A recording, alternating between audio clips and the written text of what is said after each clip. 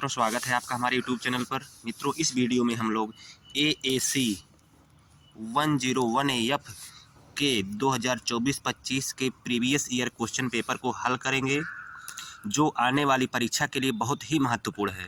मित्रों, सबसे पहले आप लोग इस चैनल को सब्सक्राइब कर लीजिए ताकि मेरे द्वारा भेजा गया हर वीडियो आप तक आसानी से पहुँच जाए। तो चलिए मित्रों, चलते हैं इस वीडियो के पहले प्रश्न पर। पहला प्रश्न है, प्राचीन इतिहास जानने के स्रोत क्या हैं? प्राचीन इतिहास जानने के स्रोत क्या हैं? सिक्के, अभिलेख, पाषाण उपकरण, ये सभी। मित्रों, इस प्रश्न का सही उत्तर है प्राचीन इतिहास जानने के स्रोत ये सभी हैं। जो उपरोक्त तीनों विकल्प दिए हैं तीनों सही हैं मित्रों, इसलिए इस प्रश्न का सही उत्तर हो जाएगा विकल्प डी, प्राचीन इतिहास जानने के स्रोत ये सभी हैं। प्रश्न नंबर 2 पे चलते हैं। सिंधु सभ्यता से संबंधित है, सिंधु सभ्यता से संबंधित है प्रागैतिहासिक काल, आद्य ऐतिहासिक काल या फिर उत्तर ऐतिहासिक काल। इस प्रश्न का सही उत्तर है मित्रों, सिंधु सभ्यता जो है आद्य ऐतिहासिक काल से संबंधित है। सिंधु सभ्यता आद्य ऐतिहासिक काल से संबंधित है। आद्य ऐतिहासिक काल उस काल को कहते हैं जिस काल में मानव लिखना तो जानता था, जिस काल में मानव लिखना तो जानता था, लेकिन वो क्या लिखा है आज तक किसी ने नहीं पढ़ पाया है। उस काल को आद्य ऐतिहासिक काल कहते हैं। यानी कि जिस काल की लिखित जानकारी हमें प्राप्त हुई है, लेकिन उस काल को आज तक कोई पढ़ नहीं पाया है, यानी जो उसने क्या लिखा है वह आज तक किसी ने पढ़ नहीं पाया है, उस काल को आद्य ऐतिहासिक काल कहते हैं। प्रश्न नंबर 3 पे चलते हैं। निम्नलिखित में से कौन सा वेद सबसे प्राचीन है? सामवेद, यजुर्वेद, ऋग्वेद या फिर अथर्ववेद? इस प्रश्न का सही उत्तर मित्रों, सबसे प्राचीन और प्रमाणिक वेद ऋग्वेद है। ऋग्वेद में 10 मंडल हैं, 1028 सूक्त हैं और इसी ऋग्वेद में ही सबसे पहले शूद्र शब्द का उल्लेख मिलता है। चलिए मित्रों, प्रश्न नंबर 4 पे चलते हैं। शतपथ ब्राह्मण किससे संबंधित है? बौद्ध धर्म से, जैन धर्म से, वैदिक धर्म से या फिर इनमें से कोई नहीं? इस प्रश्न का सही उत्तर मित्रों, शतपथ ब्राह्मण जो है वह वैदिक धर्म से संबंधित है, विकल्प सी। प्रश्न नंबर हम लोग 5 पे चलते हैं। प्रयाग प्रशस्त किस गुप्त शासक से संबंधित है? स्कंदगुप्त से, समुद्रगुप्त से, कुमारगुप्त से या फिर भानुगुप्त से? इस प्रश्न का सही उत्तर है प्रयाग प्रशस्ति जो है वह गुप्त शासक समुद्रगुप्त से संबंधित है, जिसे यानी प्रयाग प्रशस्ति को समुद्रगुप्त के दरबारी कवि हरिश्चंद्र ने लिखा था। इसमें जो है समुद्रगुप्त की उपलब्धियों की जानकारी मिलती है, इसलिए इस प्रश्न का सही उत्तर है विकल्प बी, प्रयाग प्रशस्ति जो है गुप्त शासक समुद्रगुप्त से संबंधित है। प्रश्न नंबर 6 पे चलते हैं। निम्न में से कौन वैदिक साहित्य नहीं है? वेद, आरण्यक, उपनिषद या फिर जातक? इस प्रश्न का सही उत्तर है वैदिक साहित्य इसमें से जातक नहीं है। जातक एक बौद्ध साहित्य है, यही जो है वैदिक साहित्य नहीं है, बाकी तीनों जो है वैदिक साहित्य हैं। प्रश्न नंबर 7 पे चलते हैं। निम्न में से कौन प्राचीनतम सिक्का है? आहत सिक्का, निष्क, शतमान सिक्का या फिर कृष्णल सिक्का? इस प्रश्न का सही उत्तर है सबसे प्राचीनतम सिक्का आहत सिक्का है। सबसे प्राचीन सिक्का आहत सिक्का है। प्रश्न नंबर 8 पे चलते हैं। भारत में अभिलेख लिखवाने की परंपरा किस शासक ने शुरू की? चंद्रगुप्त मौर्य ने, अशोक ने, चंद्रगुप्त फर्स्ट ने या फिर रुद्रदामन ने? इस प्रश्न का सही उत्तर मित्रों, भारत में अभिलेख लिखवाने की परंपरा सबसे पहले अशोक ने शुरू की, विकल्प बी, अशोक ने। प्रश्न नंबर 8 पे चलते हैं। 9 पे, अशोक के अभिलेखों को सर्वप्रथम किसने पढ़ा था? अशोक के अभिलेखों को सर्वप्रथम किसने पढ़ा था? ए कनिंघम ने, एच दानी ने, जेम्स प्रिंसेप ने या फिर वोहलर ने? इस प्रश्न का सही उत्तर मित्रों, अशोक के अभिलेखों को सर्वप्रथम जेम्स प्रिंसेप ने पढ़ा था, विकल्प सी, जेम्स प्रिंसेप। अगर प्रश्न में आ जाए कि सबसे पहले ब्राह्मी लिपि को किसने पढ़ा, तो भी इसका उत्तर सही उत्तर हो जाएगा जेम्स प्रिंसेप। प्रश्न नंबर 10 पे चलते हैं कि हाथी गुम्फा अभिलेख किस शासक का है? खारवेल का, रुद्रदामन का, मिहिर भोज का या फिर अशोक का? इस प्रश्न का सही उत्तर है मित्रों, हाथी गुम्फा अभिलेख जो है कलिंग नरेश खारवेल का है। इसमें जो है खारवेल की उपलब्धियों की जानकारी मिलती है। खारवेल जो है मित्रों जैन धर्म का प्रबल अनुयायी था। प्रश्न नंबर 11 पे चलते हैं। प्रश्न नंबर 11 कह रहा है कि निम्नलिखित अभिलेखों में से किसमें अशोक का नाम उल्लेख है? गुर्जरा, अहरौरा, ब्रह्मगिरी या फिर सारनाथ? इस प्रश्न का सही उत्तर है मित्रों, अशोक का नाम उल्लेख जो है गुर्जरा अभिलेख और मास्की अभिलेख में है। गुर्जरा और मास्की में जो है अशोक का नाम अशोक मिलता है। बाकी अशोक का जो सबसे फेमस नाम है उसमें वह है देवानाम प्रिय यानी देवताओं का प्रिय। प्रश्न नंबर 12 पे चलते हैं। कौन एक PDF बनाया है, सफा दे दिया है इसमें। चलिए, बुद्ध का किसके सिक्कों पर अंकन हुआ है? बुद्ध का किसके सिक्कों पर अंकन हुआ है? भीम कन्फ्यूशियस के सिक्कों पर, कनिष्क के सिक्कों पर, नहपान के सिक्कों पर या फिर बुद्धगुप्त के सिक्कों पर? इस प्रश्न का सही उत्तर मित्रों, बुद्ध का जो अंकन मिलता है इसमें से वह कुषाण शासक कनिष्क के सिक्कों पर मिलता है। इसके सिक्कों पर जो है बुद्ध का अंकन बोडो के रूप में हुआ है, लिखा है बोडो यानी कि बुद्ध। प्रश्न नंबर 13 पे चलते हैं। त्रिपिटक किससे संबंधित है? बौद्ध साहित्य से, जैन साहित्य से, वैदिक साहित्य से या फिर उत्तर वैदिक साहित्य से? इस प्रश्न का सही उत्तर मित्रों, त्रिपिटक जो है बौद्ध साहित्य से संबंधित है। त्रिपिटक 3 है, सुत्त पिटक, विनय पिटक और अभिधम्म पिटक। यह जो है बौद्ध साहित्य से संबंधित है त्रिपिटक। प्रश्न विकल्प क्या है? ए, बौद्ध साहित्य से। प्रश्न नंबर 14 पे चलते हैं। महावीर का संबंध किस धर्म से है? जैन धर्म से, बौद्ध धर्म से, वैदिक धर्म से या फिर शाक्त धर्म से? इस प्रश्न का सही उत्तर मित्रों, महावीर का संबंध जैन धर्म से है। महावीर जो थे यह जैन धर्म के 24वें तीर्थंकर थे। महावीर स्वामी जैन धर्म के अंतिम तीर्थंकर थे और महावीर स्वामी जो है जैन धर्म के सबसे बड़े तीर्थंकर भी माने जाते हैं। प्रश्न नंबर 15 पे चलते हैं। ह्वेनसांग किसके दरबार में आया था? ह्वेनसांग जो है मित्रों किसके दरबार में आया था? पुलकेशिन द्वितीय के दरबार में, हर्षवर्धन के दरबार में, अशोक के दरबार में या फिर बिंदुसार के दरबार में? इस प्रश्न का सही उत्तर है ह्वेनसांग जो एक चीनी यात्री था, वह वर्धन वंश के शासक हर्षवर्धन के काल में भारत आया था और यह भारत भी आया। भारत में इसने नालंदा विश्वविद्यालय में अध्ययन भी की थी। प्रश्न नंबर हम लोग चलते हैं 16 पे।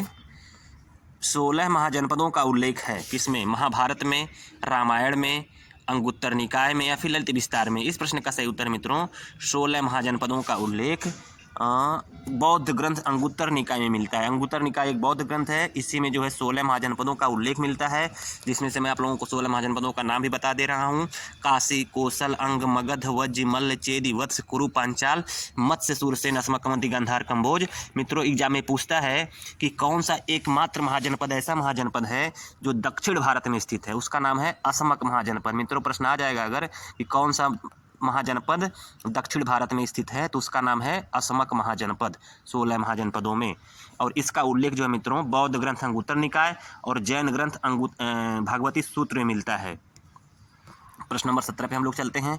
वेदों के संकलनकर्ता कौन थे? विश्वामित्र, कृष्णद्वैपायन, वशिष्ठ या फिर वाल्मीकि?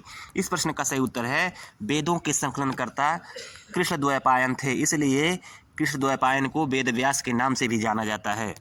प्रश्न नंबर 18 पे चलते हैं। अमरावती स्तूप किस वंश से संबंधित है? पाल वंश से, चालुक्य वंश से, गुप्त वंश से या फिर सातवाहन वंश से? इस प्रश्न का सही उत्तर है अमरावती स्तूप जो है सातवाहन वंश से संबंधित है। प्रश्न नंबर 19 पे चलते हैं। वेदांगों की संख्या कितनी है? 5, 6, 7 या फिर 8? इस प्रश्न का सही उत्तर है मित्रों वेदांगों की संख्या 6 है। वेदों को सरल भाषा में समझने के लिए वेदांगों की रचना हुई। वेदांगों की संख्या 6 है, जैसे शिक्षा, कल्प, व्याकरण, छंद, ज्योतिष। कितने हुए? छंद, ज्योतिष, उसके बाद शिक्षा, कल्प, व्याकरण, निरुक्त, छंद, ज्योतिष। ये 6 है वेदांग। वेदांगों की रचना जो है वेदों को समझने के लिए हुई थी। प्रश्न नंबर 20 पे चलते हैं। बांसखेड़ा अभिलेख किस शासक से संबंधित है? हर्षवर्धन से, अशोक से, चंद्रगुप्त से या फिर राजेंद्र से? इस प्रश्न का सही उत्तर है बांसखेड़ा अभिलेख जो है वर्धन वंश के शासक हर्षवर्धन से संबंधित है, जो उत्तर प्रदेश के बांसखेड़ा में स्थित है। प्रश्न नंबर 21 पे चलते हैं। निम्न में से कौन मंदिर निर्माण की शैली है? नागर, द्रविड़, बेसर, ये सभी? इस प्रश्न का उत्तर हो जाएगा विकल्प डी। ये सभी जो हैं शैलियाँ, नागर, द्रविड़, बेसर, ये सब मंदिर निर्माण की शैलियाँ हैं। नागर शैली का विस्तार उत्तर भारत में, द्रविड़ शैली दक्षिण भारत में और बेसर जो है बीच में। प्रश्न नंबर 22 पे चलते हैं। भारतीय संगीत का स्रोत कौन सा वेद है? अथर्ववेद, सामवेद, यजुर्वेद या फिर ऋग्वेद? इस प्रश्न का सही उत्तर मित्रों भारतीय संगीत का स्रोत जो है सामवेद है। सामवेद है भारतीय संगीत का स्रोत। सारे गामा पाधानी का उल्लेख सर्वप्रथम इसी में मिलता है, सामवेद में। प्रश्न नंबर 23 पे चलते हैं। वैदिक काल की सबसे पवित्र नदी कौन सी है? गंगा नदी, यमुना नदी, सरस्वती नदी या फिर सिंधु नदी? इस प्रश्न का सही उत्तर मित्रों वैदिक काल की सबसे पवित्र नदी सरस्वती नदी है। इसको जो है सरस्वती नदी को नदीतमा कहा गया, यानी नदियों में उत्तम कहा गया है।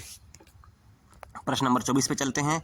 1863 ईस्वी में रॉबर्ट ब्रूसफुट को हैंडेक्स उपकरण कहाँ से मिला था? 1863 ईस्वी में रॉबर्ट ब्रूसफुट को हैंडेक्स यानी हस्तकुठार उपकरण कहाँ से मिला था? इस प्रश्न का इस विकल्प है रंगपुर, अतिरपक्कम, पल्लवरम या फिर संगनकल्लू। इस प्रश्न का सही उत्तर है मित्रों 1863 ईस्वी में रॉबर्ट ब्रूसफुट को हैंडेक्स यानी हस्तकुठार पल्लवरम से प्राप्त हुआ था, जो मद्रास में स्थित है। वहीं से जो है पल्लवरम नामक स्थान से सर्वप्रथम रॉबर्ट ब्रूसफुट को हस्तकुठार प्राप्त हुआ था। प्रश्न नंबर चलते हैं हम लोग 25 पे। सिंधु घाटी सभ्यता का कौन सा स्थान अब पाकिस्तान में है? कालीबंगा, हड़प्पा, लोथल या फिर आलमगीरपुर। इस प्रश्न का सही उत्तर मित्रों जो एक कालीबंगा है भारत के राजस्थान में है। हड़प्पा जो है पाकिस्तान के पंजाब प्रांत में स्थित है। हड़प्पा रावी नदी के तट पर, पाकिस्तान के पंजाब प्रांत के रावी नदी के तट पर जो है हड़प्पा स्थित है। लोथल जो है आपका गुजरात में है और आलमगीरपुर अपने उत्तर प्रदेश में है। प्रश्न नंबर 26 पे चलते हैं। शिमुक निम्न वंशों में से किसका संस्थापक था? चेर वंश का, चोल वंश का, पांड्य वंश का या फिर सातवाहन वंश का? इस प्रश्न का सही उत्तर मित्रों शिमुक जो है वह सातवाहन वंश का संस्थापक था, विकल्प डी। प्रश्न नंबर 27 पे चलते हैं। उच्च पुरापाषाण काल आता है मध्य पुरापाषाण काल के पहले, मध्य पुरापाषाण काल के बाद, मध्य पाषाण काल के बाद या फिर नवपाषाण काल के बाद? इस प्रश्न का सही उत्तर है मित्रों उच्च पुरापाषाण काल जो है वह मध्य पुरापाषाण काल के बाद आता है। ठीक, पाषाण काल को अध्ययन की सुविधा के लिए 3 भागों में बांटा गया है। पुरापाषाण काल नहीं सॉरी हाँ जी पुरापाषाण काल, मध्य पाषाण काल और नवपाषाण काल। और ये जो पुरापाषाण काल है इसको 3 भागों में पुनः बांट दिया गया है। निम्न पुरापाषाण काल, मध्य पुरापाषाण काल, उसके बाद उच्च पुरापाषाण काल। तो इस प्रश्न का सही उत्तर हो जाएगा उच्च पुरापाषाण काल जो है आता है वह मध्य पुरापाषाण काल के बाद आता है, यानी विकल्प बी। प्रश्न नंबर 28 पे चलते हैं। हड़प्पा की सभ्यता किस नदी घाटी में विकसित हुई? दजला फरात नदी घाटी में, बेलन नदी घाटी में, गंगा नदी घाटी में या फिर सिंधु नदी घाटी में? इस प्रश्न का सही उत्तर मित्रों हड़प्पा की सभ्यता जो है वह सिंधु नदी घाटी में विकसित हुई। हड़प्पा सभ्यता सिंधु नदी घाटी में विकसित हुई, विकल्प डी। प्रश्न नंबर 29 पे चलते हैं। पुराणों की कुल संख्या कितनी है? मित्रों पुराणों की कुल संख्या जो है 18 है, विकल्प सी 18। पुराणों की संख्या कुल कितनी है? 18। प्रश्न नंबर 30 पे चलते हैं। होमोसेपियंस सेपियंस मानव किस काल से संबंधित है? होमोसेपियंस सेपियंस मानव किस काल से संबंधित है? निम्न पुरापाषाण काल से, मध्य पुरापाषाण काल से, उच्च पुरापाषाण काल से या फिर मध्य पाषाण काल से? इस प्रश्न का सही उत्तर मित्रों होमोसेपियंस सेपियंस मानव जो है वह उच्च पुरापाषाण काल से संबंधित है, विकल्प सी उच्च पुरापाषाण काल से संबंधित है। उच्च पुरापाषाण काल से जो है होमोसेपियंस सेपियंस मानव संबंधित है। प्रश्न नंबर 31 पे चलते हैं। सिंधु घाटी के लोग किसकी पूजा करते थे? पशुपति की, इंद्र और वरुण की, ब्रह्मा की या फिर विष्णु की? इस प्रश्न का सही उत्तर मित्रों सिंधु घाटी के लोग जो है वह पशुपति की पूजा करते थे, पशुपति की पूजा करते थे। प्रश्न नंबर 32 पे चलते हैं। लहुरा देव पुरा स्थल किस जिले में स्थित है? गोरखपुर में, देवरिया में, प्रयागराज में या फिर संत कबीर नगर में? इस प्रश्न का सही उत्तर मित्रों लहुरा देव जो पुरा स्थल है वह संत कबीर नगर, उत्तर प्रदेश के संत कबीर नगर जिले में स्थित है। और मित्रों यहीं से लहुरा देव से ही धान की खेती का सबसे प्राचीनतम उल्लेख मिलता है, यानी कि चावल का सबसे प्राचीनतम उल्लेख कहाँ पर, सबसे पहले चावल कहाँ पर बोया गया था? धान लहुरा देव में। लहुरा देव है धान की खेती का सबसे प्राचीनतम जगह है।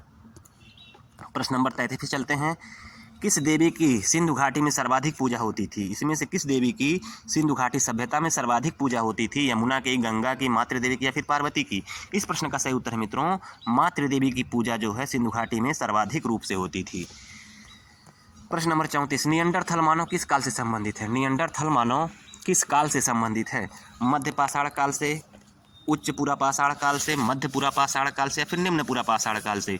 इस प्रश्न का सही उत्तर है मित्रों नियंडरथल मानव जो है वह मध्य पुरापाषाण काल से संबंधित है, विकल्प से मध्य पुरापाषाण काल से। प्रश्न नंबर 35 पे चलते हैं।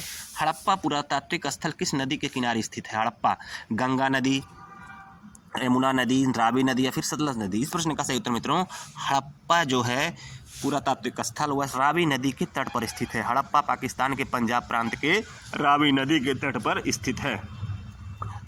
अगला प्रश्न है मध्य पाषाण काल कब आता है?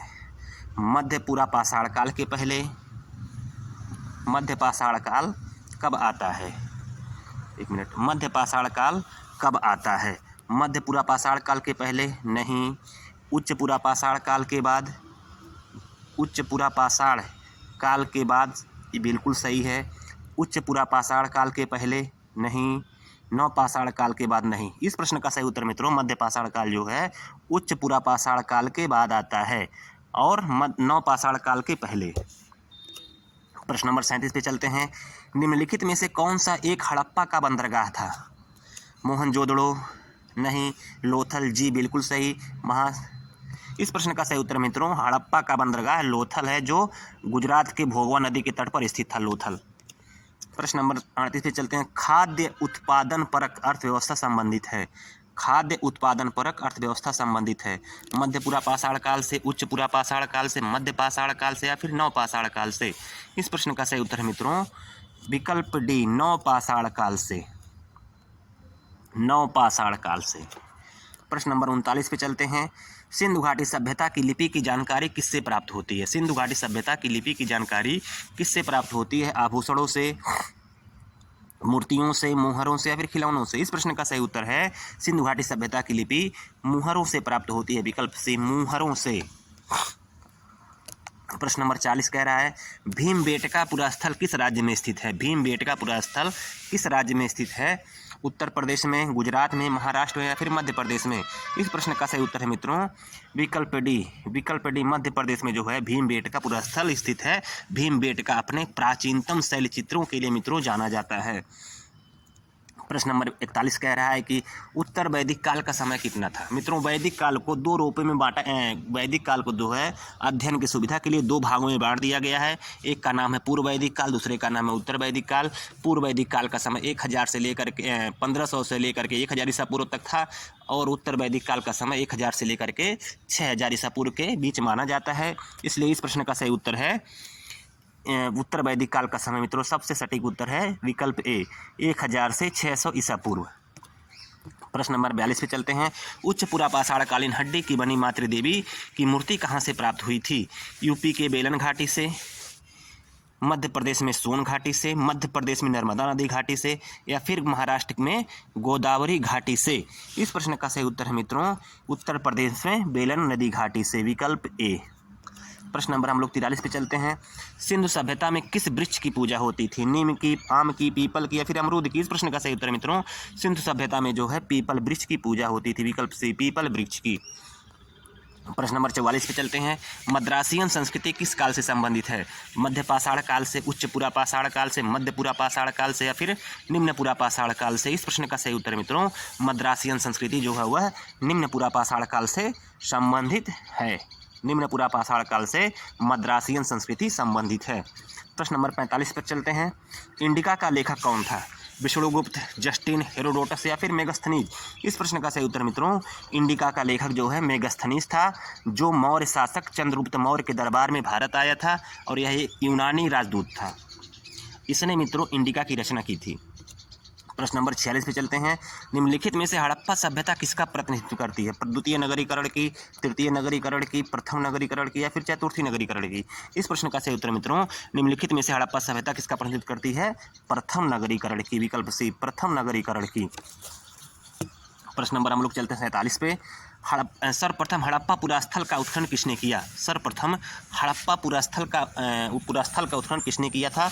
दयाराम साहनी ने, जॉन मार्शल ने, आर डी बनर्जे ने या फिर ए कनिंघम ने?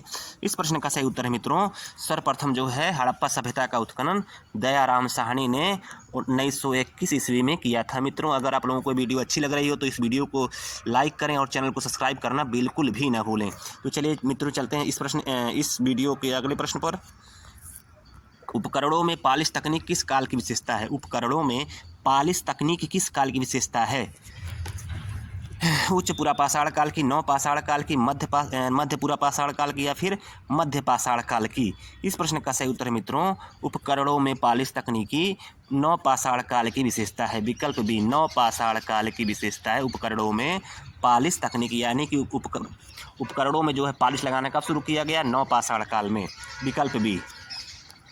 प्रश्न नंबर 49 पर चलते हैं। प्रश्न नंबर 49 कह रहा है कि कालीबंगा पुरातात्विक स्थल कहाँ स्थित है? गुजरात में, राजस्थान में, उत्तर प्रदेश में या फिर महाराष्ट्र में? इस प्रश्न का सही उत्तर मित्रों कालीबंगा जो पुरातात्विक स्थल है वह राजस्थान में स्थित है। विकल्प बी राजस्थान में स्थित है मित्रों कालीबंगा।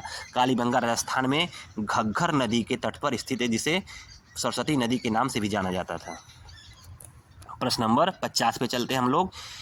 और अंतिम प्रश्न मित्रों, वीडियो को जरूर लाइक करें और चैनल को सब्सक्राइब करें। प्रश्न कह रहा है कि किस धातु का ज्ञान सिंधु निवासियों को नहीं था? हाँ, किस धातु का ज्ञान सिंधु निवासियों को नहीं था? चांदी का, सोना का, लोहे का या फिर तांबा का? इस प्रश्न का सही उत्तर है मित्रों सिंधु सभ्यता के निवासियों को चांदी का भी ज्ञान था, सोने का भी ज्ञान था, तांबे का भी ज्ञान था, लेकिन लोहे का ज्ञान उन्हें नहीं था।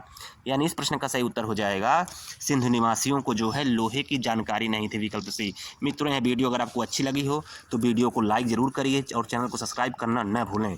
धन्यवाद।